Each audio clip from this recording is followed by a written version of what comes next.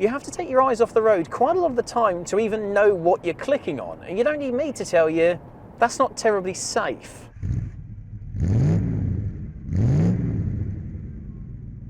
Technology. None of us necessarily like it, but we have to lump it. And it's inevitable that when it comes to technology on the road, the bigger and more expensive the car, the bigger and more expensive the technological advancements. Here we've got two different luxury saloon cars from 20 years ago.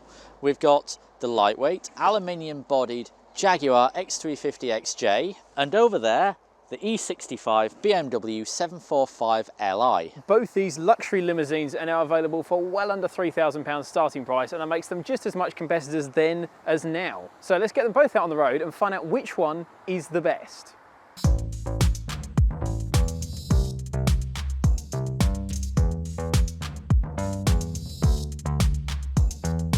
After years of playing second fiddle to the Mercedes S-Class, BMW's flagship 7 Series could finally stand toe-to-toe with Mercedes with the E38 generation. Not only was it luxurious and comfortable, but it was handsome, and it still had those trademark BMW driving dynamics. Small wonder BMW sold well over 300,000 of them. You might imagine then that the next 7 Series would be evolutionary rather than revolutionary. Well, not really, no. Launched in 2001, the E65 Generation 7 Series was all new in every way. Designed by Chris Bangle, the E65 was meant to be modern and sharp, but with those nods to the classic BMWs of the past, and unfortunately, it didn't really work.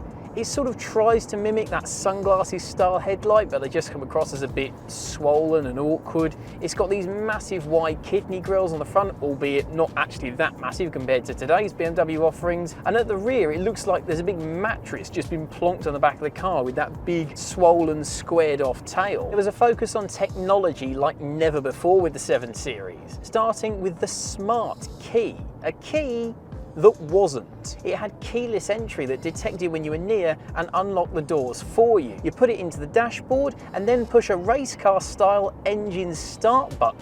The gear stick was also removed and replaced with a column style shifter. But then there was the big change, iDrive. Combining the air conditioning system, the sat nav, the phone integration and the radio all onto one screen with one control, this sort of swiveling upturned pie dish type thing. I'm used to a fairly modern car. I daily drive a brand new Mini with the latest iteration of this iDrive system, but even I find this system hard to operate. There's so many menus and sub-menus and sub-settings you have to scroll through to get to what you want. You have to take your eyes off the road quite a lot of the time to even know what you're clicking on, and you don't need me to tell you that's not terribly safe. But surely you can rely on some good old-fashioned grunt in the BMW. In this 745 version, we get the N62 4.4 litre V8, which is a gem of an engine. It's revvy, it's smooth. Oh, it is monstrously quick, this thing. This V8 isn't without its problems either. Valve stem oil seals are very common to fail on these engines, not to mention that many components in the cooling system are plastic, which of course get brittle with age, they crack, and they cause all manner of leaks. BMW also tuned the suspension in the E65 to be softer over bumps. But the faster you go, whereas the Jag smooths out, the BMW gets ever choppier, and it can be hard to keep control of it.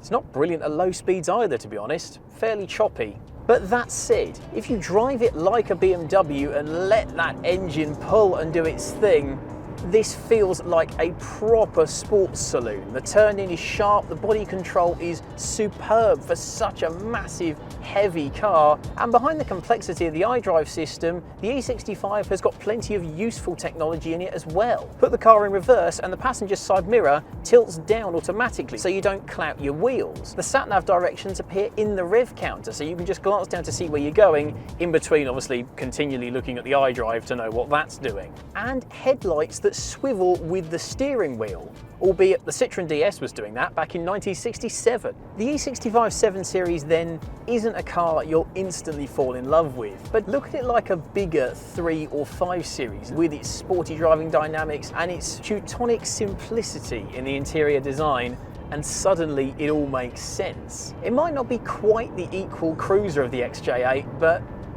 There is something about it. Our friends at Lancaster Insurance are giving you the chance to win this Sealy 12-volt cordless power tool kit, including hammer drill, ratchet wrench, impact driver, and more. Click the link in the description to enter, and good luck.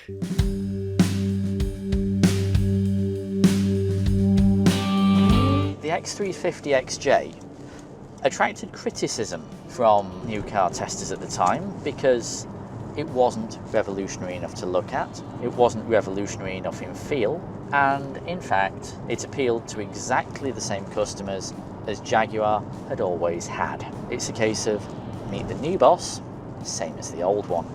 But this car was more than just another XJ to the people at Jaguar. It had an aluminium shell, which was not only 60% stronger than the outgoing car, but was also 200 kilos lighter, despite being larger. The engines in V8 form were much of the same. The old 3.2 increased in size to 3.5, and we had the old 4 litre, now at 4.2 litres, and developing in this naturally aspirated variant, 300 horsepower. Add another 100 for the XJR.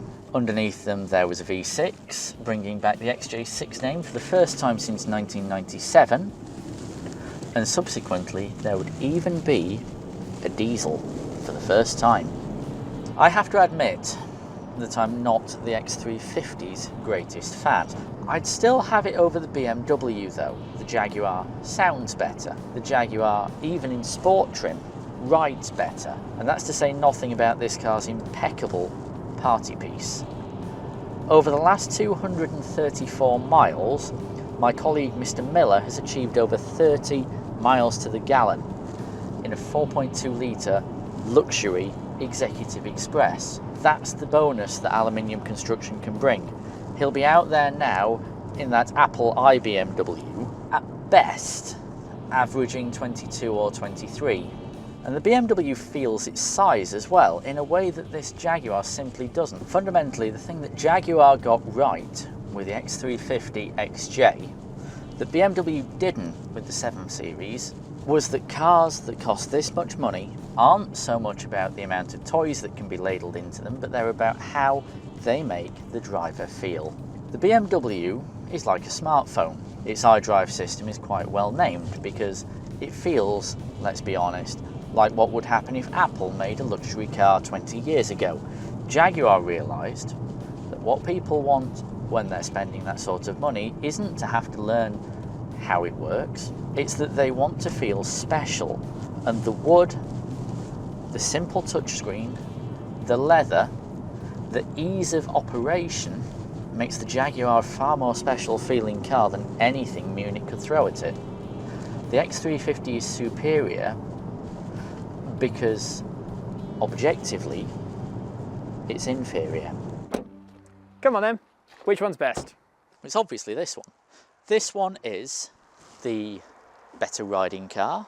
This one is the more comfortable car. This is the more cosy car. This is the car that on a decent B road shrinks around you more. That feels like it's eaten all the pies. It feels like there's too much technology in it. A luxury car for the smartphone generation. But here's the thing, Joe. The smartphone generation aren't buying cars of this size brand new yet.